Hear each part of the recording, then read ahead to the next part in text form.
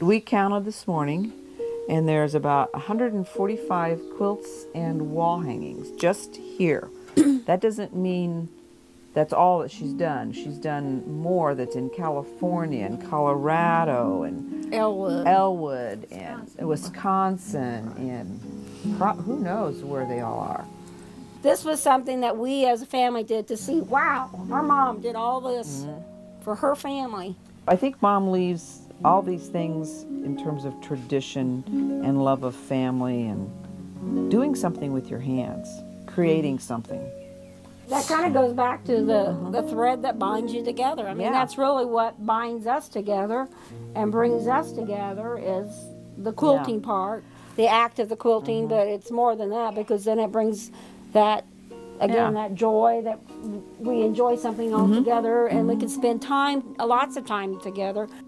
The name of the show is Mary's Quilting Passions because I think that the passions that she has are family, friends, and quilting.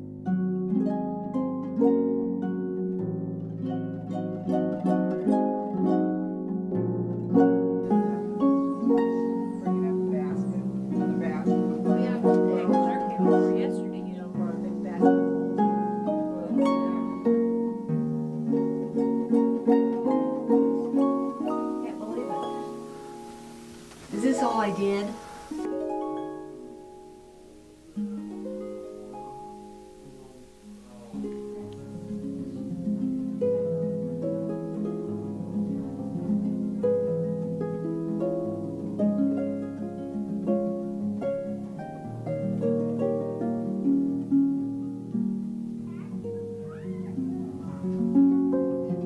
We had so many quilts, we ran out of wall space and clothesline. We knew we wouldn't have enough room on the clothesline, and we wanted to cover some more of the bare walls in the living room and in the hallway. Steve Loser came down and he helped do some hanging. He did somehow it to use really our fast. pole and hang up more quilts, so we got to hang up the large Colorado log cabin that Mom hand-pieced, hand-quilted for you, and that was a special quilt. Ladies' quilts are hung in the dining room.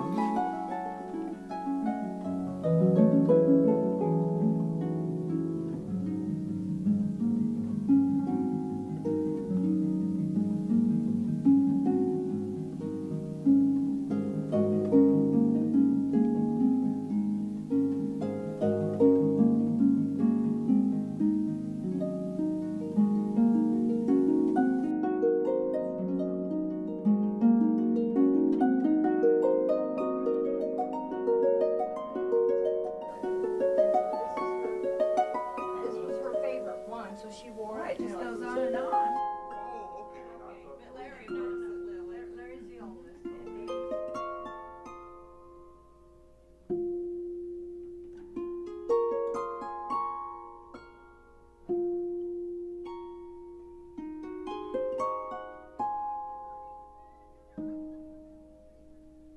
Kathy called me when we were down in Florida in January and said, how would you like to do a quilt show for Mom for Mother's Day, showing all the quilts that she had made for family and friends and whoever we could, you know, gather up quilts from. And I thought it was a fabulous idea. In January, I got this package from Kathy, and she wanted me to name all the quilts that I had made and to name the people I gave them to. And then I was to write an essay about my quilt life. Kathy gave us all assignments that we had to complete, and we're going to be graded. And it was actually really cute. So we got a package of Quilting 101 to see how much you know about Mary Loser's quilting.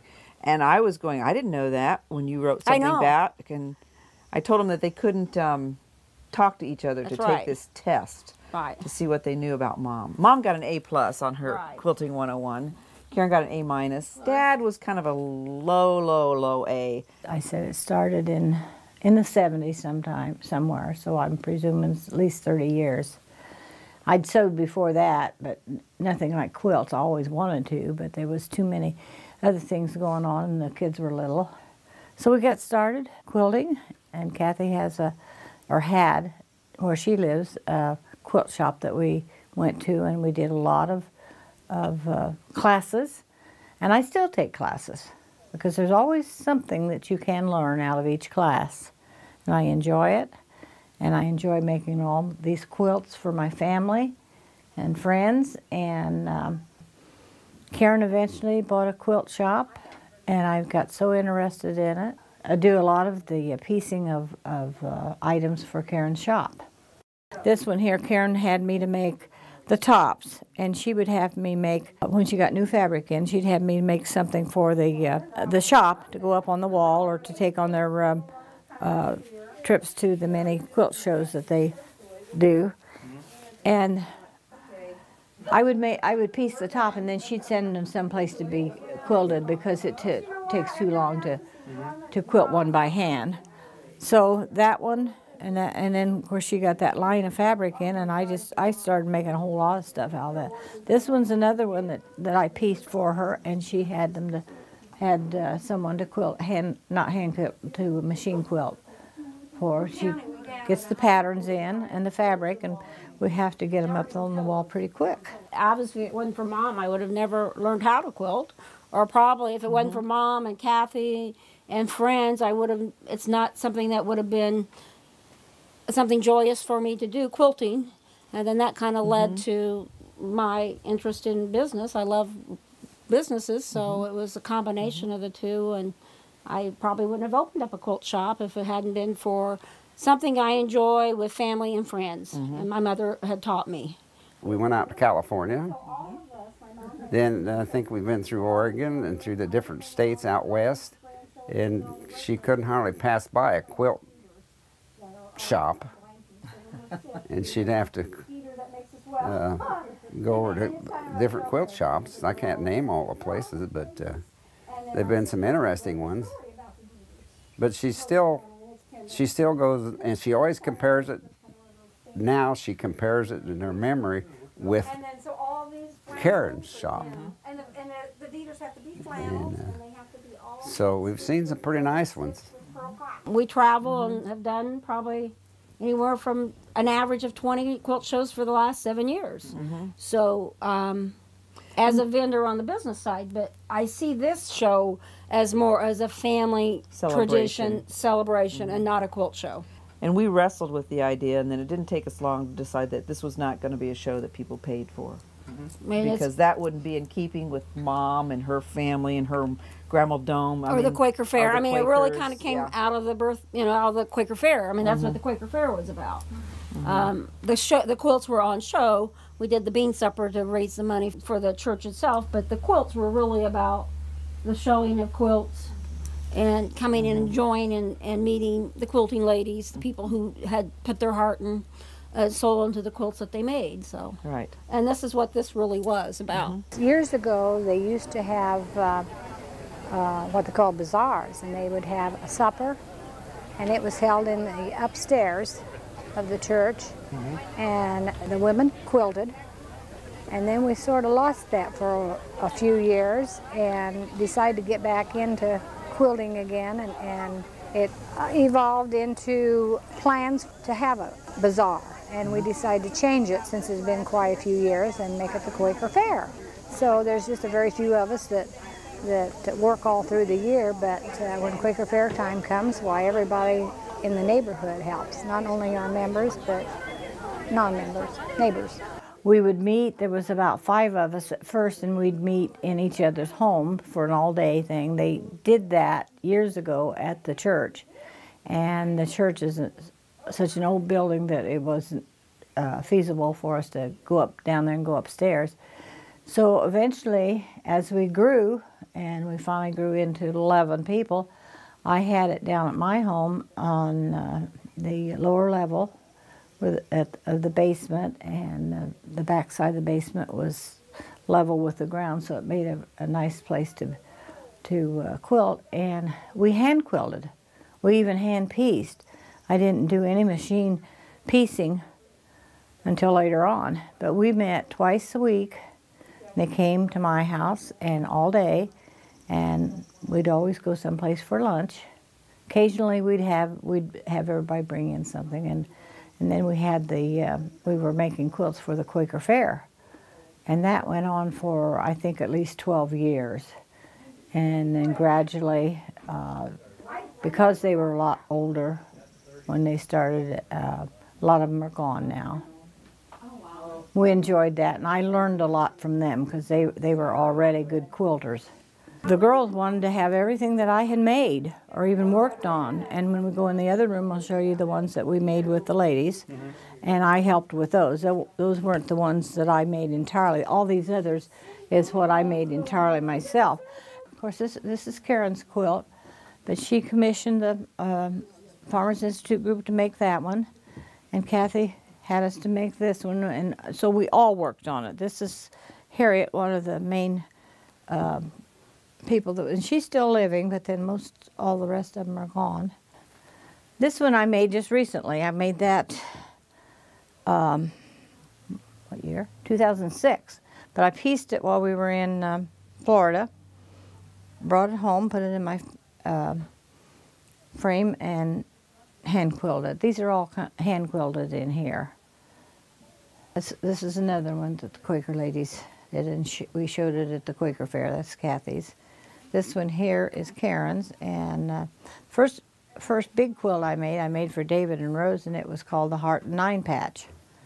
And so then I made Karen one, and for Larry and Joy was into pigs at that time, so substitute some of the hearts for pigs, and that's all hand done. I like to hand quilt. It takes a lot of time, but I liked it, and I like the way it looks. Of course, I made these pillows. This one I didn't make, but I helped with it. Lois Macy had the top already pieced, and she donated it to us to do for it, and we all hand quilted this one for the Quaker Fair, and Romy had to buy it. This one I made for Kathy and Dwayne, and that's her. I call them the legacy quilts, and it's called the Colorado Starlog Cabin, and it went to Quilt America. I entered it in that, and it was in Quilt America. This was Karen's. She ran the mini race, and she wanted to, and it came out with a pattern for the T-shirt quilts. So I made her T-shirt quilts, and if you'll notice, someone did a running shoe there so that I could quilt that in. And then, of course, Steve runs the marathons, and he wanted one then, and I had him to help pick out the fabrics to go around it, and some of them are companion pieces, if you'll notice. There was two up there. And then after he'd picked them out, he got home and got to thinking about it. Said, well, when he was 80 years old, how would he remember how he ran them? So we had to put them in order as he ran it. And then I embroidered the times on there for him. And then it was quite some time after that Larry got the idea. He started riding Harleys, and he got the idea that he wanted a T-shirt quilt. So unlike the running quilts, his shirts had logo on front and back, so it didn't take as many shirts. And then I have a Nancy Martin's perpetual calendar, so I put on each page they've got a quilt block. So this is Larry's quilt block for his birth date, June the 20th.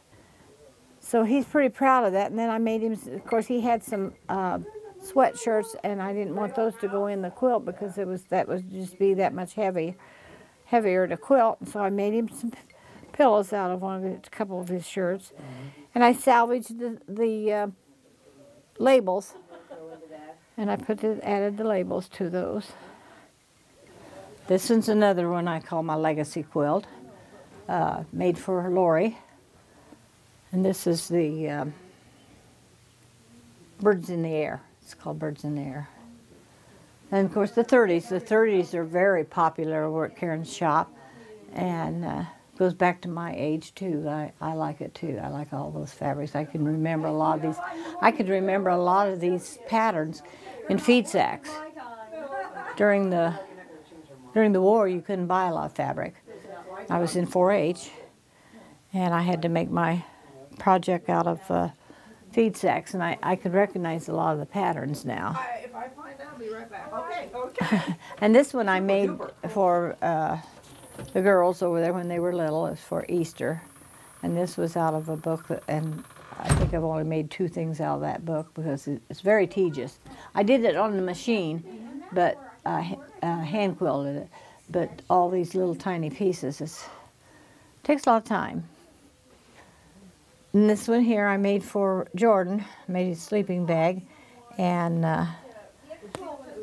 Karen had got the baseball fabric in, or not just baseball because it was all sports. And one day Jordan came in the house and he said, "I have paper for you, Grandma." And I like you, Grandma, because you made me a sleeping bag. One day Claire was home from school because she didn't feel good. And I got a keepsake quilting catalog in the mail that day, and she was looking at this, and at that time she loved horses. So we got the pattern, and she helped cut out all these horses, and I made her a sleeping bag. It even zips up on the side. This was first baby quilt I made for David's babies, Sarah's, and he's always liked barns, and this shows on his roof. He has his name on the roof of his barn. Mary Grace had a blanket when she was a baby, and she carried it around, and she called it a Dee. And then as she got a little older, she ended up calling it a Dieter. And she'd come over, and Grandpa's feet would be cold, and he wanted to borrow her Dieter, and she wouldn't let him have it. This is the first Dieter. This was made for Romy, and from then on it just went. Everybody had to have one. Yeah. That Dieters have to be made with flannel, and they're hand stitched with pearl cotton. So if it's not done that way, it's not a Dieter. We made this one for Larry. Is that all a neighbor's? Yeah, when we were out in Colorado, and Harley signed that too, Larry's granddaughter. That's when she was. What did we figure up, Larry? 4. 1998. There you are. That's Kathy's, and that's called Sticks and Stones. I think it's the same as Larry's. This was done in 1997. That's Karen's. And this is Steve's. Steve James.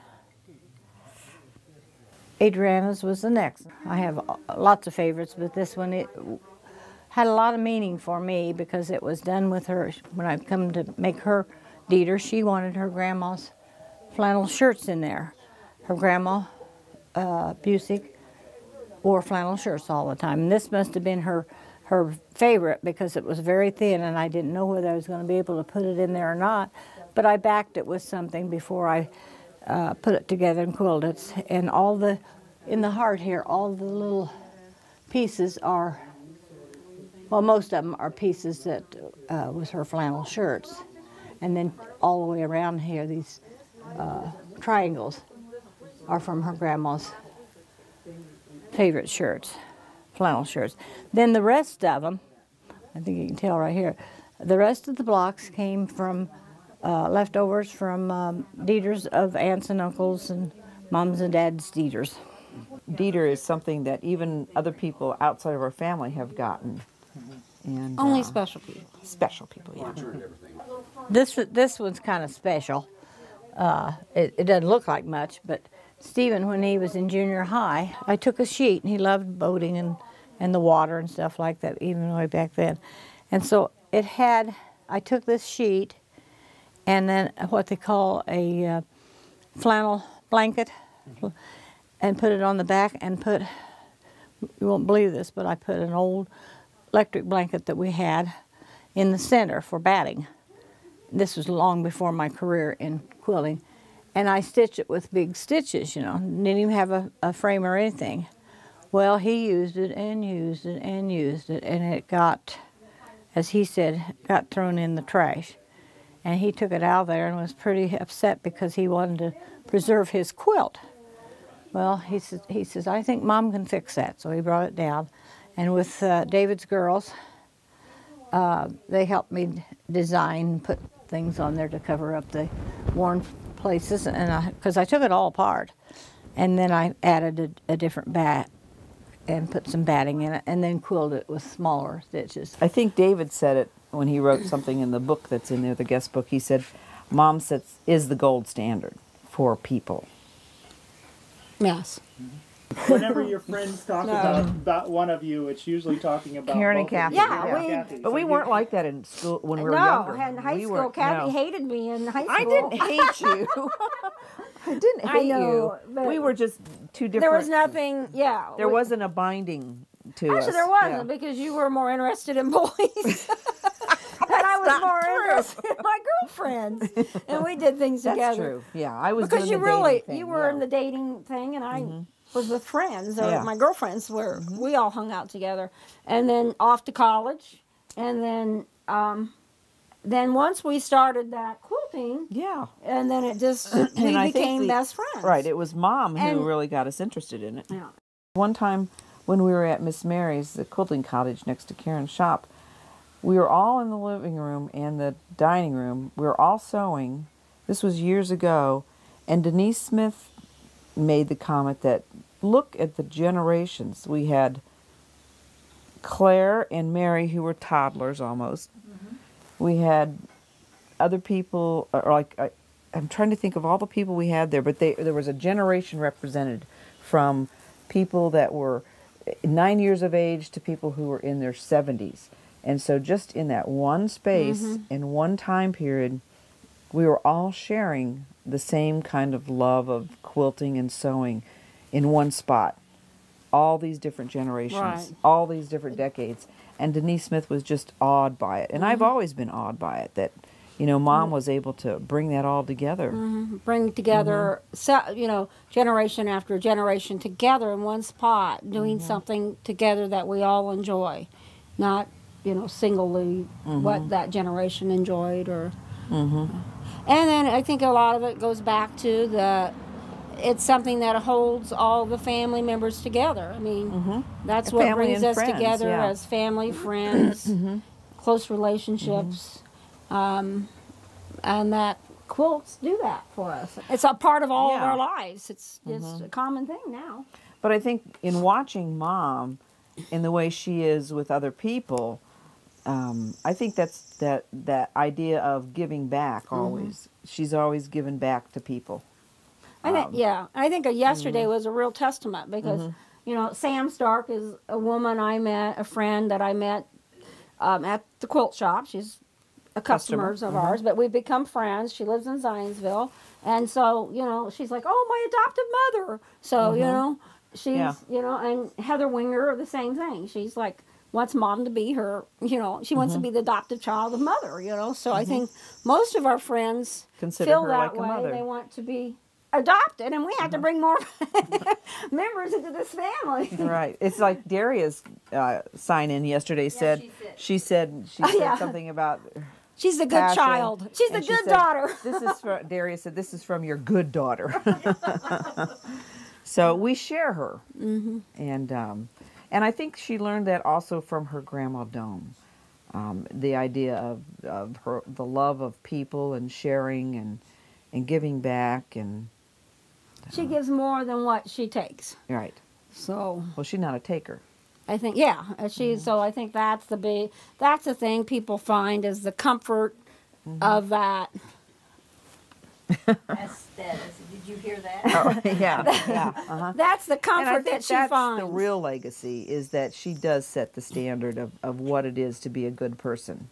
And that is, sharing your things, sharing your thoughts, sharing your talents, and, Sharing of yourself. all right, giving of yourself. She gives of And herself. that's what quilts are. We're very fortunate. And We're very yeah. blessed. So was this a good idea?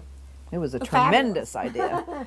I think it's just something that I think the family also benefited a lot from, just seeing everybody kind of come together to celebrate Mom and her passions.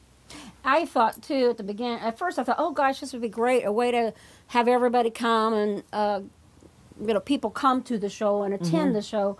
And then when we were setting up, I thought, you know what, if it's just the family and there's no one, if no one person came except for the family, then that was enough. That's what I thought too, yeah.